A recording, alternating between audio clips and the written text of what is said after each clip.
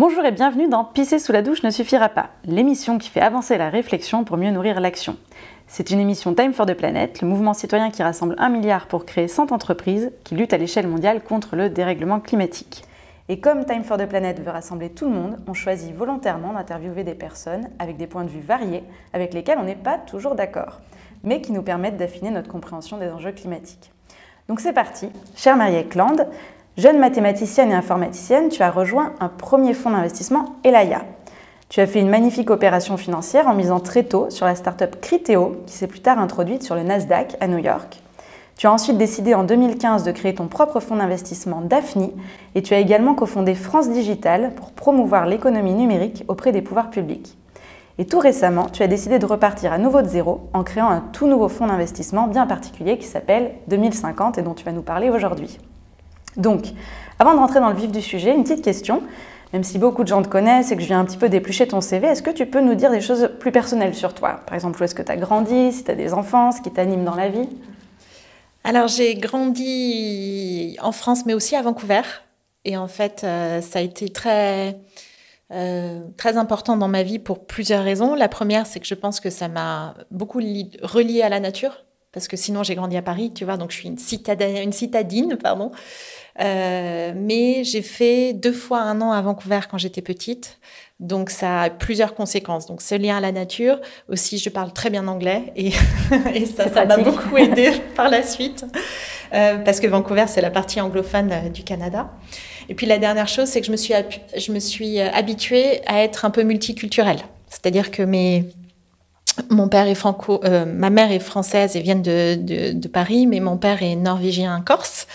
Donc, il y avait déjà un peu ça dans la famille. Mais le fait d'habiter à l'étranger, d'y être heureuse, et de voir que tu as vraiment des manières de vivre super différentes, des cultures différentes, ça m'a permis aussi, quand je suis revenue à Paris, de comprendre que finalement, tu peux te créer tes propres codes à toi. Tu vois, et d'être toujours dans cette distanciation qu'il y a entre ce que toi tu penses, ce que toi tu as vu et les règles que tu te fixes toi-même et qui peuvent être différentes de celles qui sont induites par la société dans laquelle tu vis.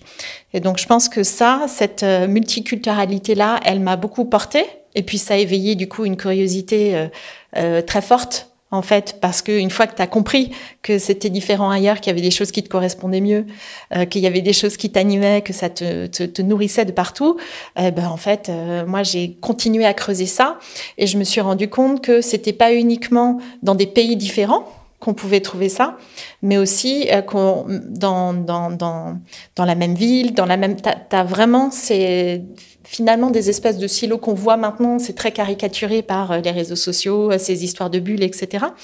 Mais moi, par exemple, j'ai fait beaucoup de sport, j'ai fait du volley en National 3. Et c'était un cercle qui était très différent de celui que je côtoyais dans mes études supérieures. J'étais au lycée, dans des grands lycées parisiens, et c'était pas les mêmes personnes. Et moi, j'étais aussi heureuse en fait. Et du coup, et puis sincèrement, quand t'es sur un terrain de volley en plein match, tu mens pas sur qui tu es, quoi. Tu vois, c'est le truc, c'est évident, t'as pas de faux semblants, donc tu crées des vrais liens qui sont en dehors de tous ces codes sociaux et qui, moi, me permettent aujourd'hui d'essayer de chercher ça dans ma relation aux autres, c'est-à-dire de vraiment essayer de comprendre qui ils sont. Et donc, je suis quelqu'un qui essaye de beaucoup travailler l'empathie pour ça, et je pense que parce que j'ai été habituée à cette multiculturalité, qu'elle soit au sein d'un même pays, dans des cercles différents ou entre plusieurs pays différents, et ça m'intéresse beaucoup. Super. Alors, comme tu nous as invités tes locaux, on t'a mis un petit cadeau, c'est un clin d'œil, donc tu n'es pas obligé de comprendre tout de suite ce que c'est, puis c'est pas très mignon. Je te le laisse et puis on y reviendra tout à l'heure. Je te poserai une petite question. Ce sera à toi de deviner pourquoi je t'offre ça. J'ai le droit d'ouvrir? Tu peux ouvrir, tu peux sentir, tu peux faire plein de choses. Oui, parce que là, ça sent ça, non? C'est de la terre. Tu verras, on y reviendra. Je te laisse réfléchir en attendant. Alors chez Time for the Planet, nous aussi, on essaie de trouver des entrepreneurs innovants qui révolutionnent, mais plutôt sur les gaz à effet de serre. Toi, tu as été une des toutes premières investisseurs dans Criteo, un des plus gros succès français. Tu étais là quand ils étaient, je crois, 4 au départ et tu les as accompagnés jusqu'à New York sur l'introduction au Nasdaq, une très belle histoire. Donc on peut dire que tu as une très bonne intuition ou un talent. Alors dis-nous, parce que nous on en a besoin aussi à Time for the Planet, c'est quoi ton secret pour dénicher les bonnes pépites? Alors je pense que je vais te faire une réponse qui est ce à quoi je suis arrivée maintenant.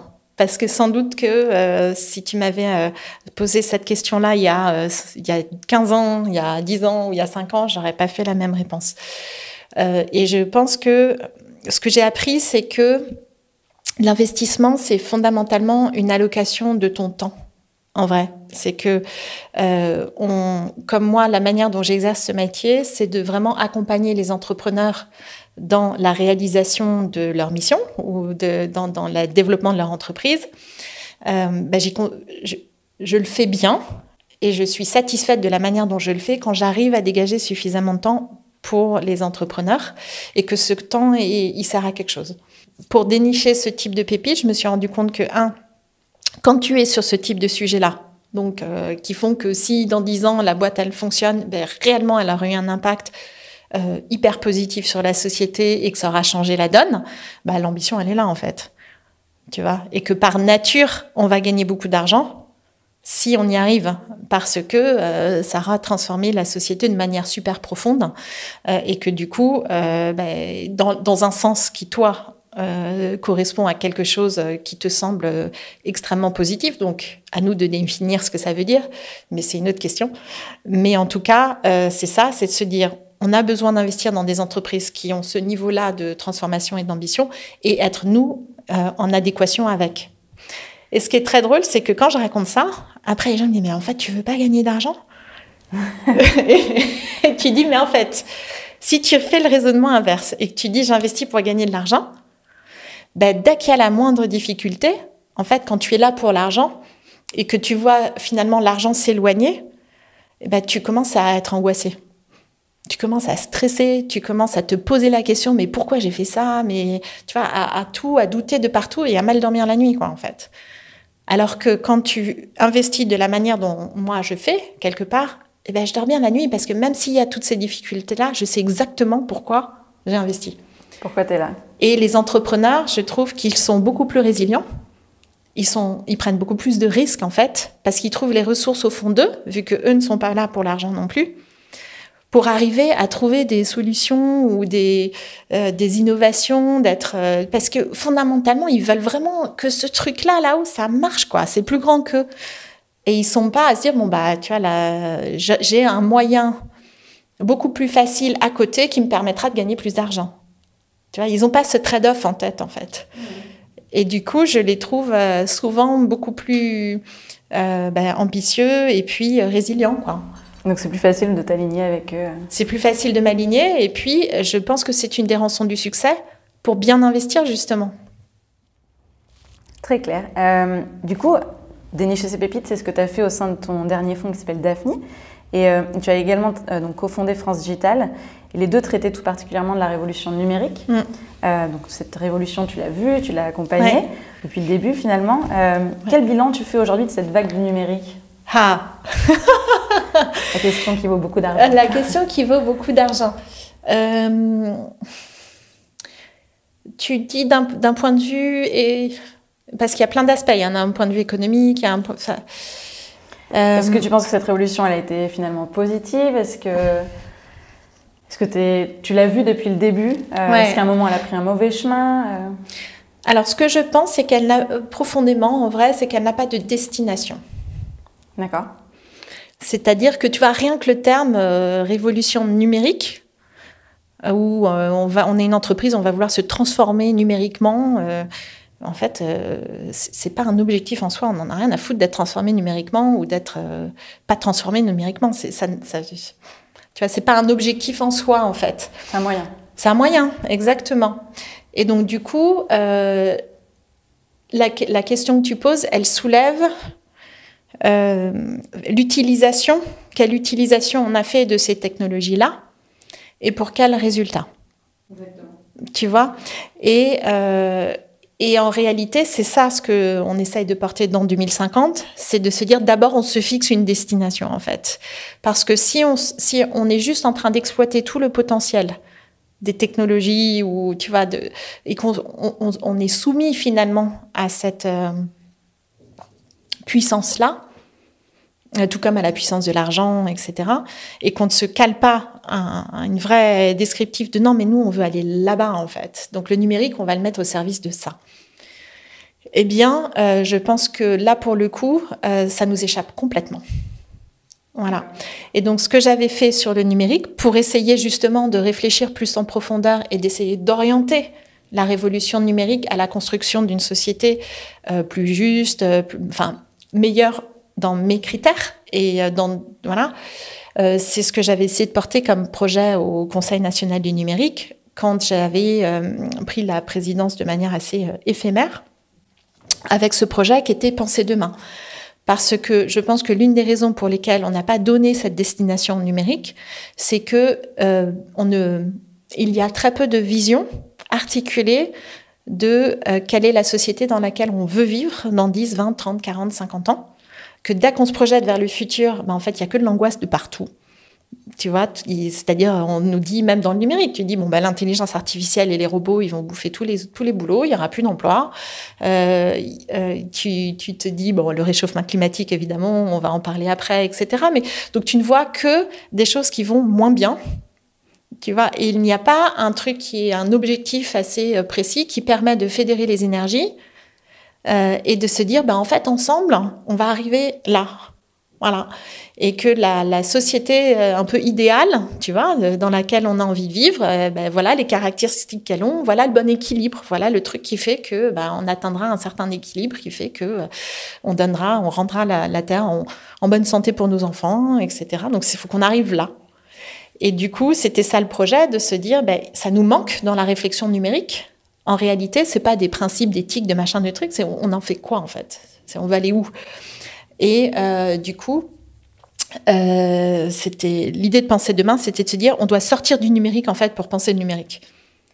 Il faut avoir, parce que le numérique a des impacts partout dans la société, en fait, tu crois que c'est un truc qui est économique, sauf que ça change les comportements de tout le monde.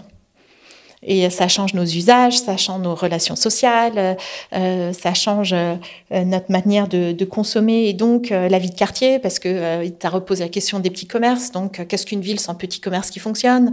Donc, notre manière d'habiter cette terre, ça repense tous les flux et donc forcément l'agriculture. Etc. Donc, je veux dire, dès que tu commences à ouvrir un peu la réflexion, tu tires le fil et tu te rends compte que tu es en train de poser la question du modèle social, du modèle même humaniste, de comment on occupe cette terre, comment on utilise ses ressources, comment on se les répartit, etc. Et que pour avoir cette réflexion-là, il faut sortir du numérique dans le sens où tu ne peux pas l'avoir que dans cet entre-soi-là. Tu as besoin d'avoir des gens qui viennent du monde agricole et qui disent ce qu'ils voient eux et comment on peut faire les choses, qui viennent du monde de la santé pour en parler et qui sont des médecins, etc. Et donc, c'était ça le projet, avec cette idée que justement, pour pouvoir évaluer en réalité l'impact de ce numérique et l'orienter dans une direction plutôt que de subir les effets en les constatant, on a besoin de d'abord se poser la question en préambule de on veut qu'il serve à quoi, en fait. D'où ton orientation sur 2050 sur laquelle Exactement. on reviendra. Voilà, c'était les prémices. Effectivement. Tu as parlé pas mal de l'anxiété, de la peur. Pour toi, c'est la peur du futur ou d'un futur catastrophique, comme on peut nous l'annoncer notamment sur le sujet du dérèglement climatique. C'est un moteur pour toi, la peur, ou c'est quelque chose qui freine? Je pense que c'est une bonne question. Est-ce que c'est ce qui t'a poussé à l'action ou pas du tout? Non. Est-ce que c'est ce qui m'a poussé à l'action? Non, moi j'agis parce que je veux être utile. D'accord. Et en fait, je suis vraiment une matheuse. Je vois les problèmes, j'essaie de les résoudre. Ok. C'est aussi simple que ça. C'est pas plus con que ça, tu vois. Okay. Et le côté informaticienne, c'est que ça me pousse à l'action, en fait. Tu vois, parce que quand tu es aussi informaticienne, tu essayes de programmer des solutions, puis tu te foires. Et donc, tu itères. Donc, l'informatique, ça m'a appris à itérer dans mes résolutions de problèmes, quoi, on va dire, à essayer de les résoudre par l'action et à itérer dans cette résolution. Mais la peur, c'est pas vrai que j'en ai pas. C'est pas ton moteur. Non, je pense. Et puis je suis pas très averse au risque, en fait. D'accord. C'est-à-dire que je sais pas si on peut peut-être. Est-ce qu'il y a une différence entre risque et peur? Tu vois? Donc oui, il y a des choses qui me font. J'ai pas peur de la mort, par exemple, c'est accepté pour moi. Et je pense qu'à partir du moment où tu as réglé ça, qui a, je trouve, un espèce d'énorme tabou de plus en plus partout, et un des effets du numérique, c'est que je vois toute une idéologie du numérique dans la Silicon Valley qui est de développer l'immortalité. De plus en plus, d'essayer de battre la mort. Avec des budgets énormes en plus. Avec des budgets énormes. Moi, je trouve qu'on avance mieux en acceptant la mort, en fait. Voilà. Et du coup, peut-être que c'est ça qui me fait être moins averse au risque. Tu prends plus de risques. Ben ouais. D'accord. Et du coup, quand on discute avec tes proches, par exemple, du dérèglement climatique, ou avec des gens dans le milieu de la finance qui n'ont pas encore compris le niveau d'urgence, comment tu fais pour les sensibiliser? Du coup, tu leur fais pas peur, j'imagine? Ah non, alors ça, j'ai essayé, parce que, en fait, ce qui est incroyable, mais finis ta question. Ma question, c'est comment tu arrives à... Parce que nous, on est tous confrontés à ça. Time for the Planet, en général, quand on est associé, c'est qu'on a pris conscience, on s'est pris un moment une espèce de baffe dans la figure, et on se dit comment en parler autour de nous pour sensibiliser et motiver les gens à nous rejoindre. Mais est-ce que pour ça, le plus efficace, c'est de faire peur en disant ce qui nous est annoncé, voilà. Ou est-ce que c'est d'autres moyens? Et donc je voulais savoir, toi qui dois sans doute en parler pas mal autour de toi, notamment avec ton nouveau fonds 2050, comment tu embarques les gens avec toi? Est-ce que justement tu utilises ce levier de la peur ou est-ce que tu utilises d'autres leviers? Et donc, on serait ravis d'apprendre parce qu'on cherche des leviers pour sensibiliser. Okay. Donc, voilà. Alors, en fait, quand j'ai commencé à pitcher 2050 au tout début, c'était pré-Covid.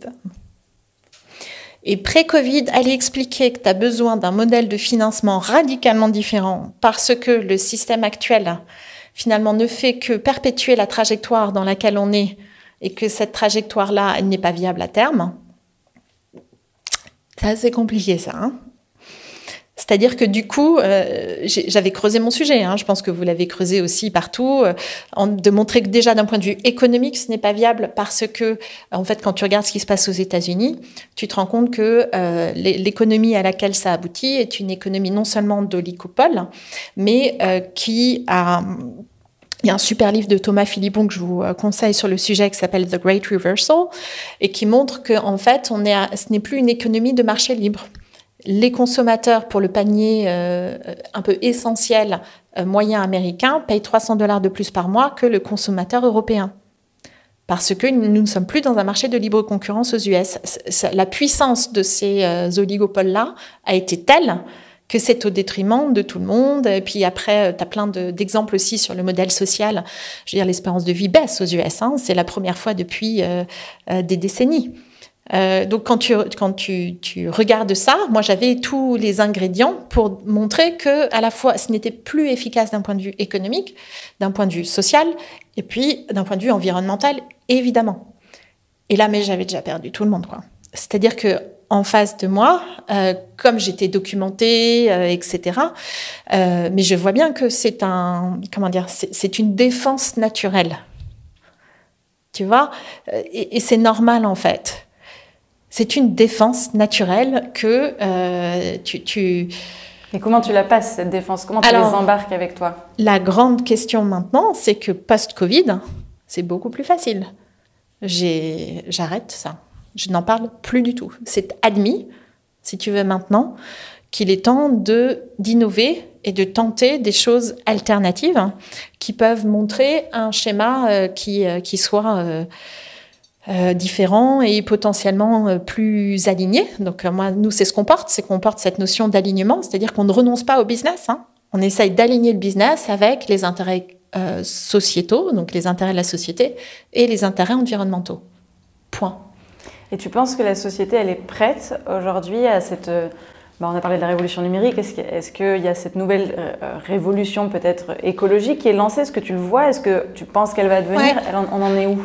Moi, je sens exactement la même énergie maintenant que ce que j'ai vécu au tout début des années 2000 quand je travaillais pour JP Morgan à Wall Street, là. Donc, c'était fin des années 90 même. C'est exactement la même énergie et dynamique de transformation. C'est vraiment marrant pour moi qui ai vécu ça, de voir le parallèle. Et du coup, j'ai réfléchi à quels étaient les parallèles entre ces deux mouvements extrêmement puissants et transformatifs. Est-ce qu'il y en avait des parallèles à tisser sur leur similarité, en fait? Et ce que je vois, c'est que, ils sont portés par les jeunes, les entrepreneurs, les chercheurs, comme le numérique. Que clairement, les acteurs de ces transformations-là, ce sont les individus à titre perso, mais qui revoient d'une part leur consommation, mais aussi leur choix professionnel et aussi leur choix d'investissement, là où ils mettent leur argent. Et en fait, c'est à titre individuel que les choses bougent et que c'est un mouvement tellement puissant que les entreprises et les institutions sont obligées de s'adapter, en fait. Tu vois, comme le numérique, c'est pareil. Parce qu'elles sont à la bourre, en fait. Elles ne se sont pas encore remises de la transformation numérique. Elles sont encore dans ce mouvement d'adaptation-là. Et puis, d'un coup, leurs clients, leurs employés, leurs investisseurs leur disent « Mais attendez, il faut s'adapter à cette transformation, alors que tu appelles écologique, mais qui est aussi sociale, enfin, que nous, on appelle mutation fertile. » Enfin, tu vois, donc on la voit, cette vague, quoi. Et je t'ai dit, il y a ces deux caractéristiques similaires. Il y a aussi le fait que ça bouscule beaucoup les réglementations, dont beaucoup, on se rend compte qu'elles sont obsolètes. Et puis, c'est transverse. C'est toutes les géographies, tous les secteurs d'activité, tous les types de sociétés. Tout le monde va devoir s'adapter, en fait. Il y a la même universalité ou transversalité que le numérique portait. Donc, elle est lancée, cette révolution. Ah, c'est lancé. Et tu la vois au quotidien. Oui. Non, mais pour moi, c'est lancé. Et en fait, la manière, tu me posais la question de comment j'entraîne les gens, mais plutôt justement en regardant dans le futur. D'accord. Voilà. Et pas en disant meilleur, parce qu'en fait, quand tu dis une société meilleure, tu es en référence au passé. Tu vois, tu es juste en train de dire que c'est mieux qu'hier. Et tu es en incrément par rapport à ça. Je pense qu'il faut qu'on projette quelque chose de nouveau. Et pas regarder par rapport au passé, à comparer aussi parce que notre sujet, c'est pas de détruire un système existant, de trouver les responsabilités. C'est pas ça mon sujet. Moi, mon sujet, c'est comment on montre et qu'on crée les alternatives de quelque chose qui est mieux, pour le coup, mais en tout cas qui est plus durable, qui tient dans le temps, qui est fertile. Ça, c'est le credo 2050. Et que si on arrive à montrer ça, à créer cette alternative, ben en fait, on va faire des émules. Tous les gens. Enfin, tu vois, moi, j'ai une énergie quand tu commences à décrire cet objectif-là, eh ben, il y a très peu de gens qui n'ont pas envie d'en être, quoi.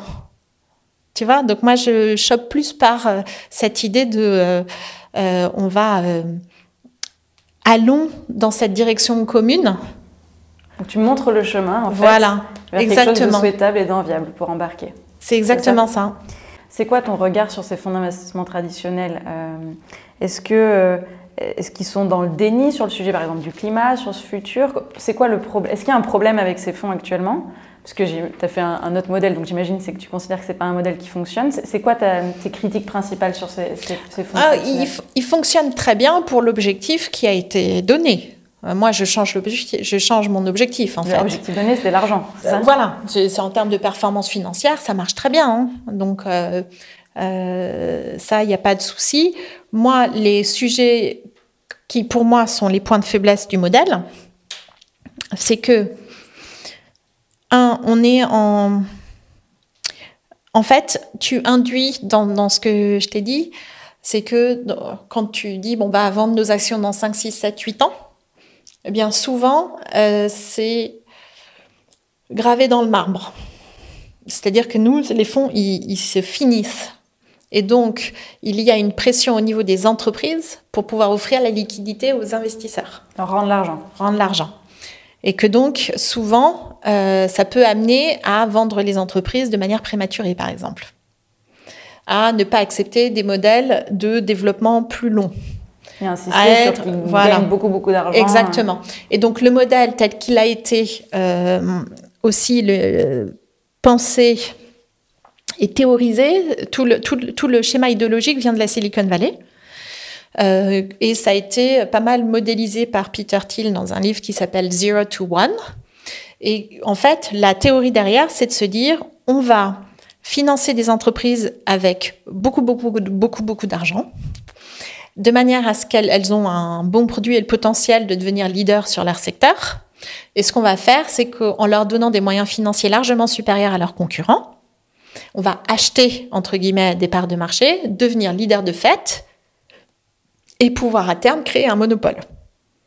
Et donc, ce sont des entreprises qui sont très peu rentables. Tu vois, le schéma, c'est un schéma d'hypercroissance à tout prix, en fait. Donc, on achète des parts de marché, on se développe.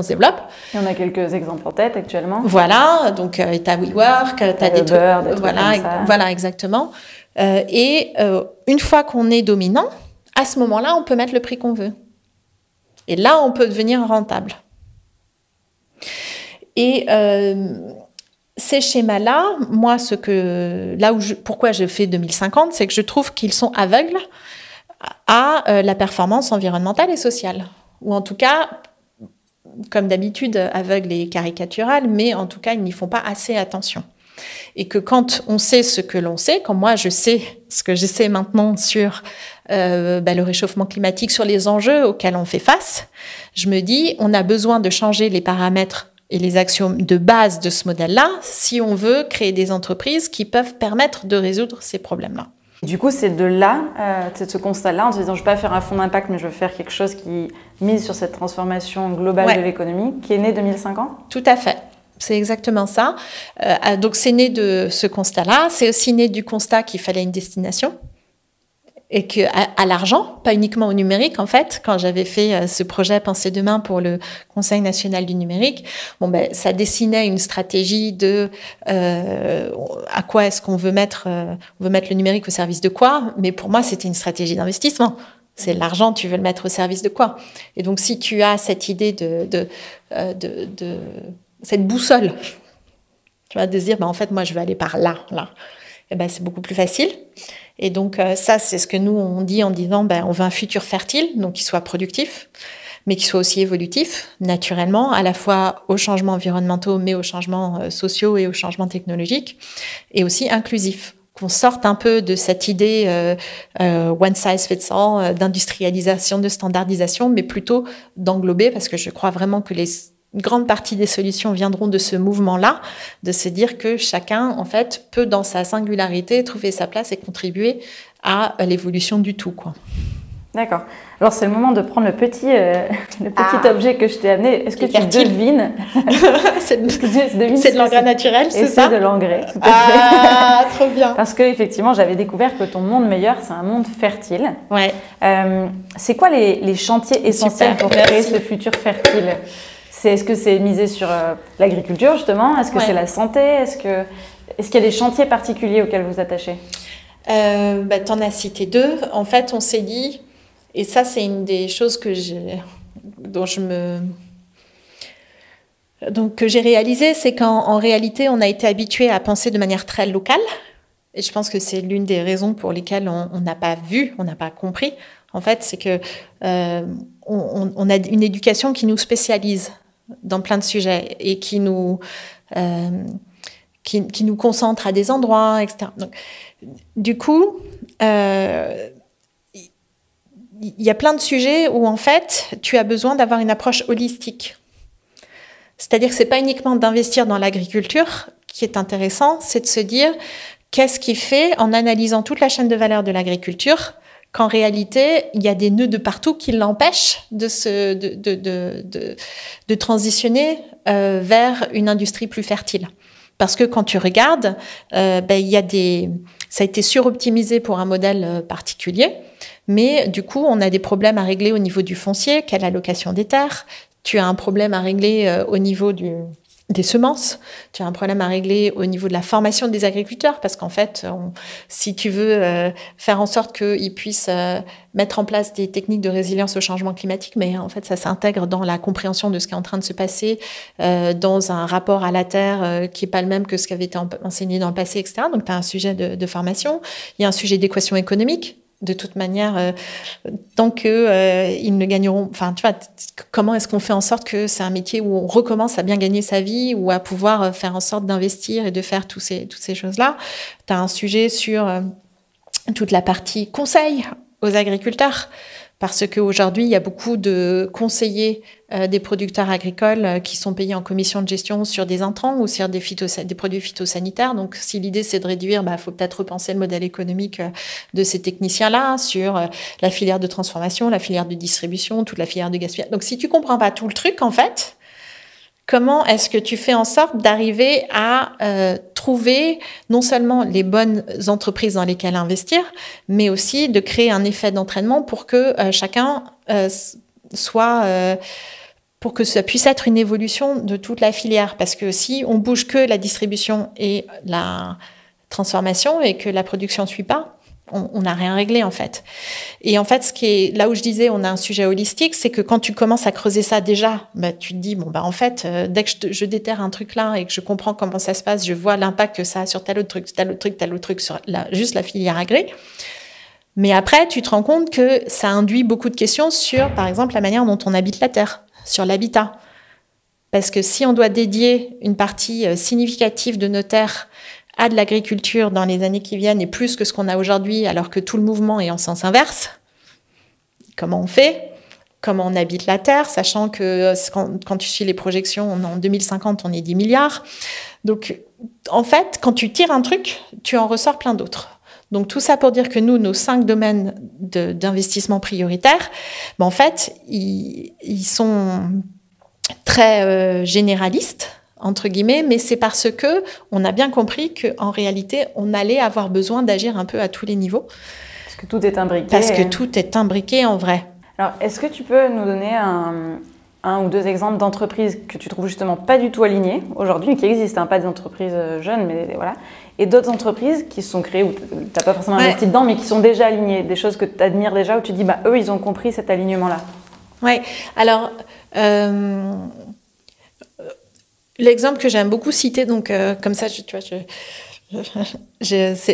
il marche bien en fait. C'est celui de Netflix. Netflix, pourquoi je le cite comme une entreprise complètement désalignée? Parce que quand tu regardes finalement la définition qu'a Reed Hastings qui est son patron.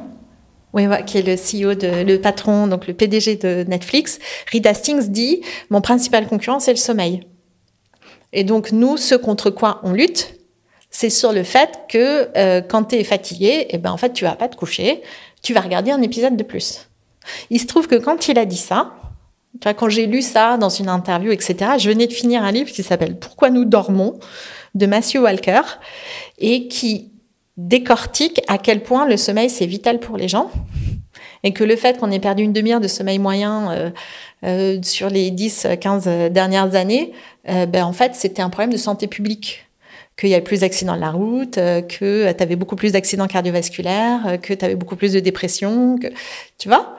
Et tu te dis, mais c'est quand même hallucinant, en fait, ce truc où tu te dis, c'est pas du temps de cerveau disponible qui va chercher, c'est pas le truc de Lelay, c'est du temps de cerveau indisponible pour augmenter sa capacité à générer du chiffre d'affaires.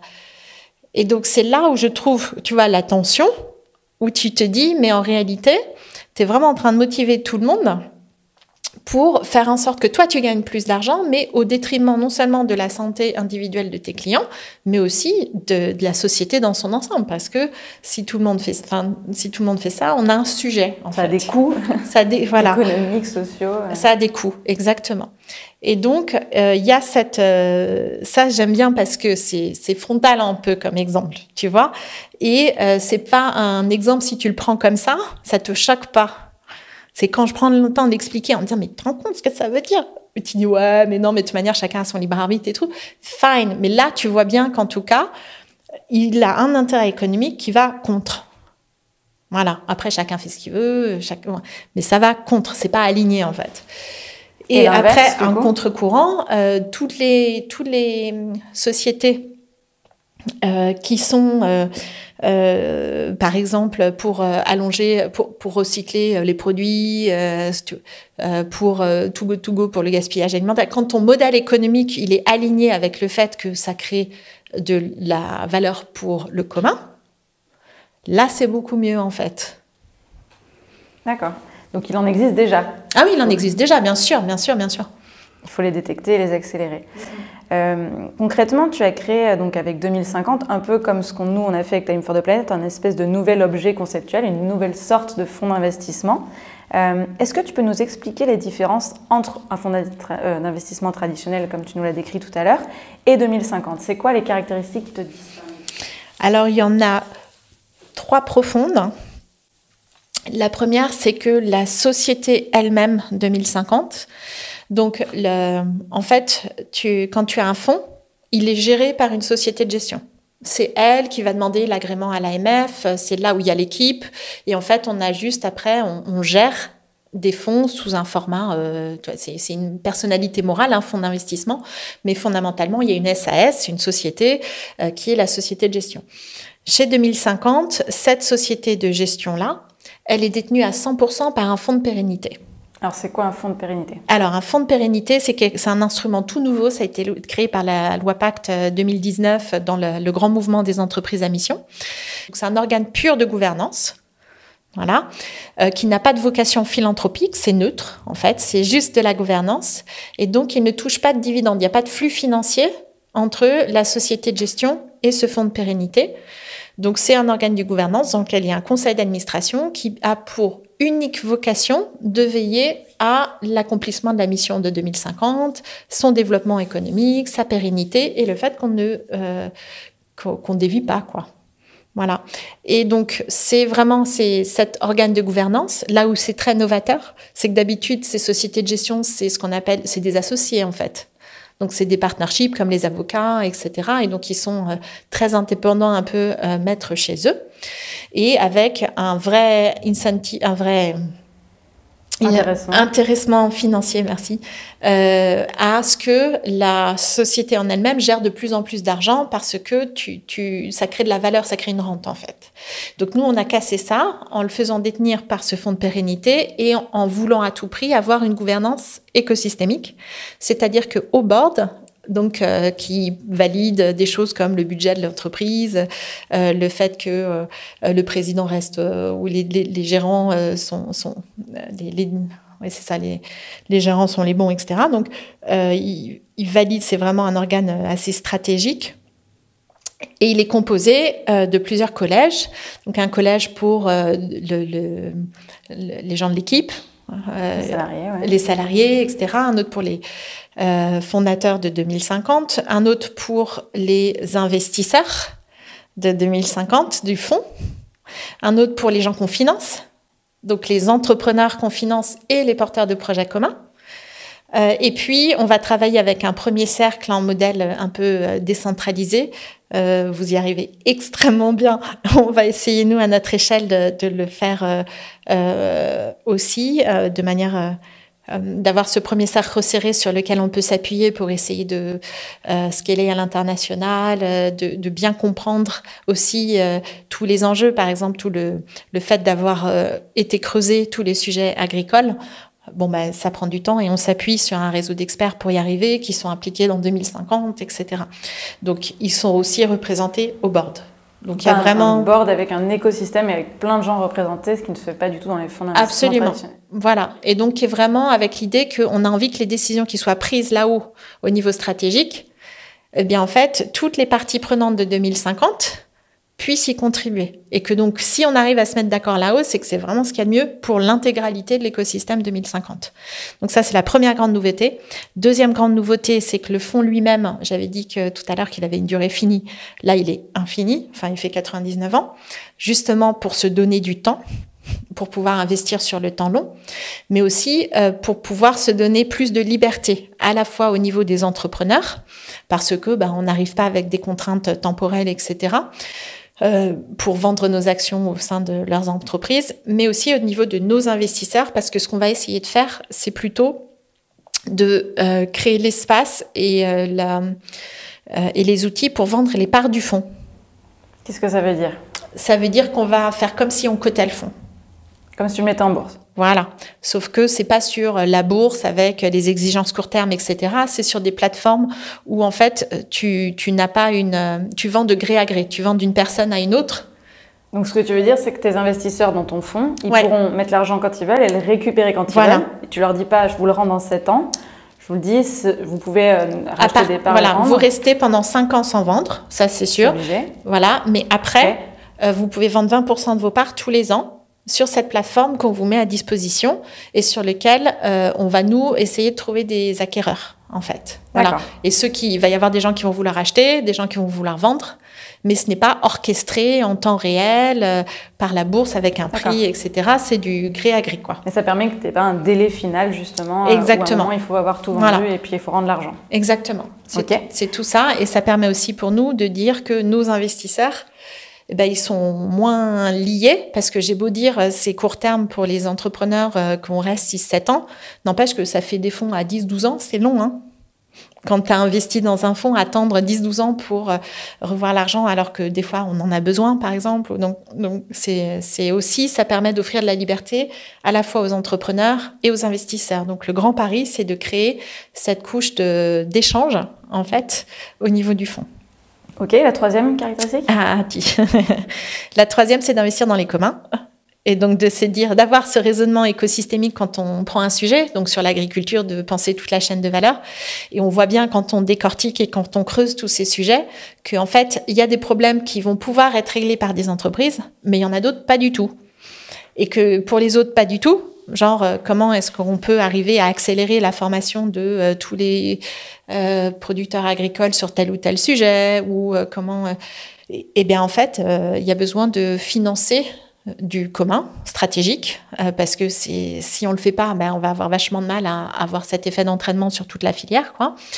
Pareil sur le mode d'emploi, le playbook de l'alignement, en fait ça va aider tout le monde, tout le portefeuille si on le fait, mais aussi plus largement au-delà du portefeuille 2050, les autres entreprises, en fait il faut le faire, quoi. Donc il y a besoin de financer ça comme un projet dans lequel on va avoir des gens qui bossent et tout, donc il faut le financer. Donc il y a 10% de l'argent qui est dédié... L'argent que te donnent tes investisseurs? Absolument, merci de préciser. Donc, il y a 10% de l'argent du fonds total qui va servir à financer ce qu'on appelle ces communs stratégiques. Et donc, c'est du savoir, c'est de la recherche, c'est des infrastructures communes, des outils open source, potentiellement de l'advocacy, donc pour essayer de faire avancer la réglementation. Mais dans le bon sens, voilà. On peut appeler ça comme ça. Donc c'est ça la troisième grande différence, c'est d'avoir cette poche dont on n'attend aucun retour financier direct, parce que c'est vraiment c'est de l'argent qui est donné ou qui sert à financer des projets, mais sans avoir un but lucratif direct. Mais on pense que ça va aider tout notre portefeuille à mieux se développer et surtout à essayer de faire en sorte que cette transformation qu'on appelle de nos voeux, elle se fasse plus rapidement et plus largement, quoi. D'accord. Donc si on essaie de simplifier, pour bien comprendre, ce qui est un commun, pour toi, c'est un projet à but non lucratif qui va bénéficier à plein d'entreprises dans le même écosystème et qui est ouvert, en gros. C'est ça un peu l'idée. Et ça peut être de la recherche, des infrastructures, de la formation, comme tu le disais. C'est ça l'idée de financer des communs. Mais du coup, s'il n'y a pas de retour financier, pour toi, c'est un peu de la philanthropie ou c'est autre chose? Alors, en fait, on le fait via une association et pas un fonds de dotation parce qu'on ne voulait pas être soumis à tous les critères d'intérêt général, parce qu'on pense que, typiquement, il y a des gens... Ce qu'on va financer, c'est pas forcément des choses philanthropiques. Typiquement, le premier commun qu'on a co-construit, parce qu'on a été... c'est un savoir sur le réchauffement climatique qui est à 360 degrés sur à la fois... comprendre les phénomènes physiques, les phénomènes sur la biodiversité, interpréter les scénarios du GIEC, tout le cycle du carbone. Et puis, il y aura un deuxième tome sur l'histoire de l'énergie, de l'agriculture et qu'est-ce qu'on peut faire derrière. Donc, ce savoir, il a été co-construit avec l'Université Paris-Dauphine. Et une partie, et celle à laquelle on a contribué, est en Creative Commons. Donc, c'est quoi Creative Commons? Donc, c'est en licence libre. Licence libre, n'importe qui peut y avoir accès. Ça se trouve sur Internet. Ça se trouve sur Internet. Si vous allez sur le site de 2050, vous trouverez le lien. On en a fait un petit livre. Donc, c'est du savoir qui est vulgarisé, mais c'est marrant, ce mot, il est terrible, alors que c'est essentiel, en fait. Il faudrait qu'on trouve un autre mot, tu vois. Démocratisé, mais c'est moins... Il est storytellé. C'est pas bon. Il est mis en scène pour être accessible. Il est synthétisé. Il est synthétisé pour que ce soit accessible. Et ça, c'est quelque chose qui est sur lequel on a passé du temps, qui a un budget, etc. Mais c'est pas philanthropique, dans le sens où ça ne correspond pas aux critères d'intérêt général. Mais pour toi, ça, c'est commun. Ils ont un but stratégique, en fait. Absolument. Et donc, en fait, ils vont quand même servir à développer les sociétés que tu vas financer. Oui. C'est pas complètement en dehors, quoi. Oui. C'est pas complètement en dehors, sachant que il y a 3 niveaux, en fait. Il y a un niveau qui est finalement de nourrir ou de fertiliser ou d'accélérer toute cette grande transformation. Donc, tout ce qui tourne autour du sujet de l'alignement, de le documenter, ça devrait bénéficier, non pas à un secteur donné, mais vraiment à toutes les entreprises qui sont dans les sociétés de Time for the Planet. Exactement, voilà. Et tu vois, on se dit, il faut qu'on fasse une term sheet ouverte sur c'est quoi en termes d'investisseurs alignés, ce que nous, on peut exiger en plus, exiger en moins. Rééquilibrer en fait pour permettre de... C'est un modèle d'accord, une term sheet, c'est un modèle d'accord avec les entrepreneurs. Oui. Où en fait tu vas inclure, j'imagine, des critères sur l'alignement. Tu démocratises tellement bien, c'est super. Moi, je fais attention pour essayer que tout le monde comprenne. C'est super. Et donc tu vois, ça bénéficie à tout le monde, à toutes les entreprises qui sont dans cette dynamique-là. Et puis après, effectivement, donc c'est stratégique pour toutes les entreprises du portefeuille 2050, mais on pense que ça contribue au-delà. Et après, comme tu dis, il y a aussi d'autres qui sont beaucoup plus sectorisés. J'ai cité l'agri, mais il y en a d'autres sur la santé. On finance, par exemple, Banlieue Santé, qui crée des infrastructures d'aidants et qui permet d'avoir vraiment une diffusion de l'offre santé, un accès aux soins, etc., qui est beaucoup plus large. Et puis, il y en aura d'autres sur d'autres sujets.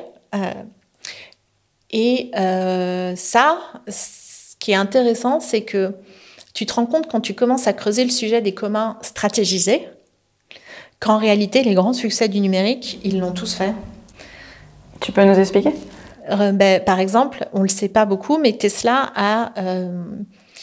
avec ses voitures électriques. Avec ses voitures électriques, ils ont rendu public, mais pas uniquement public, ils ont dit, vous pouvez les utiliser tant que vous voulez, leurs brevets, sur tout ce qui tourne autour de leur technologie sur la voiture électrique. On fait de l'open source comme on le prône chez Time for the Planet. Exactement, sauf qu'ils avaient des brevets, donc ils n'étaient pas du tout... Mais ils les ont publiés et ils ont dit, utilisez notre technologie.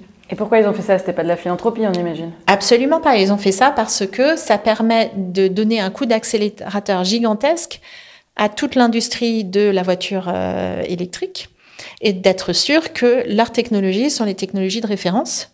Et donc, ça leur donne une place de leader, en fait, de leader de pensée et une avance technologique et un écosystème de partenaires qui travaillent exactement sur leurs technologies, ce qui leur permet de les faire avancer, etc., etc.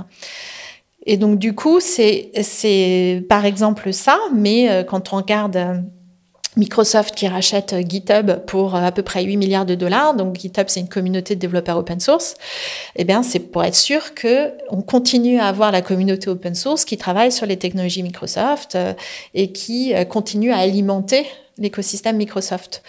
Donc, en réalité, c'est pas du tout nouveau que des entreprises, c'est même, utilisent finalement le levier écosystémique pour créer ces accélérations de marché dont tu parles. Et il n'y a pas un risque, parce que alors, nous, l'open source, c'est un de nos axes fondamentaux chez Time for the Planet. Est-ce que tu peux nous montrer, je sais pas, une entreprise où le fait d'avoir mis leur techno en open source, autre que Tesla, les a renforcés, même leur a peut-être permis de gagner plus d'argent au lieu de s'affaiblir? En fait, regarde Google Android, c'est 75% de part de marché aujourd'hui. Donc, c'est la meilleure acquisition ever de Google, quoi. Donc, et ce qui est très frappant, c'est de voir que le réseau open source aujourd'hui est principalement financé par les GAFAM et qui développe surtout les communautés qui contribuent à alimenter leurs propres produits à eux. En créant donc, des eux applis ont très bien réussi à créer des écosystèmes autour d'eux. Donc, le vrai sujet, en fait, de l'open source, c'est de créer ces écosystèmes où où on se nourrit les uns les autres. La raison pour laquelle je posais la question, moi, sur les nouveaux types de modèles, c'est que je vois aussi qu'on va devoir passer non seulement d'outils communs, mais aussi de data commune. Okay. Et donc l'open data, là, plutôt. L'open data, par exemple, quand tu regardes sur tous les sujets agricoles, avoir les données des sols, on ne pourra pas avoir des capteurs de partout, en fait. Et on a besoin, à un moment donné, ou alors, autre exemple, tous les sujets d'intelligence artificielle, c'est hyper consommateur d'énergie. Si on a pour entraîner un modèle d'intelligence artificielle, ça consomme autant de carbone que 5 voitures sur toute leur vie, c'est ça le niveau. Il y avait une étude du MIT là-dessus qui était absolument hallucinante. Et donc, on voit bien que si on n'arrive pas à mutualiser un peu des ressources, là, ça tient pas, quoi. Et donc, le sentiment, c'est que non seulement pour pouvoir trouver des solutions plus rapides, mais aussi pour faire en sorte qu'on arrive à mutualiser les données qu'on va avoir un peu partout dans le monde, parce qu'on ne va pas être soumis au même truc. Il va falloir inventer des nouveaux sujets. Le Covid, là, ils ont tous mis leur data, s'ils ont pu faire des choses, c'est parce qu'il y a eu une vraie collaboration, une vraie mutualisation aussi sur de la donnée. Et c'est intéressant parce que, et c'est pour ça que je ne suis pas encore fixée moi et que donc j'ai pas un discours hyper tranché, mais tout le sujet du vivant, ça a été de le breveter, en fait, beaucoup.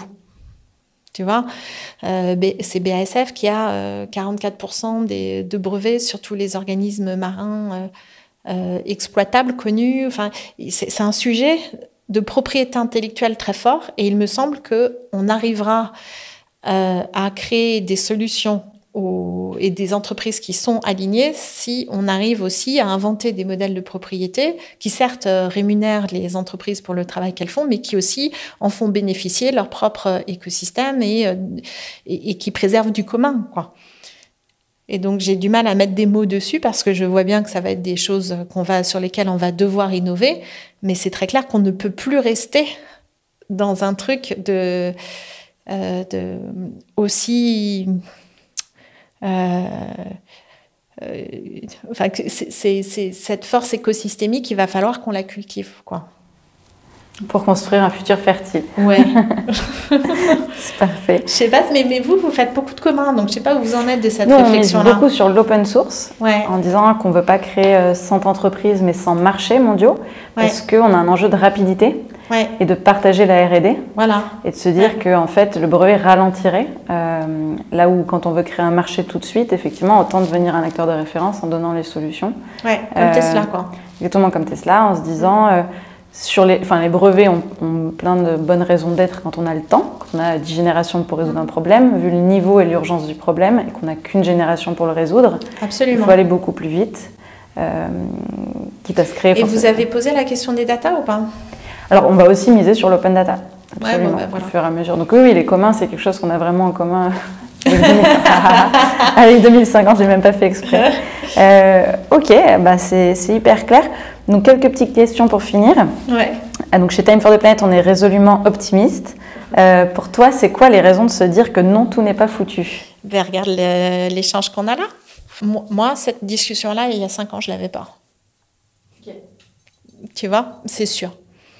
Cette capacité à aller autant en profondeur dans la remise en question des axiomes qui constituent mon propre métier, je ne l'aurais pas fait il y a 5 ans.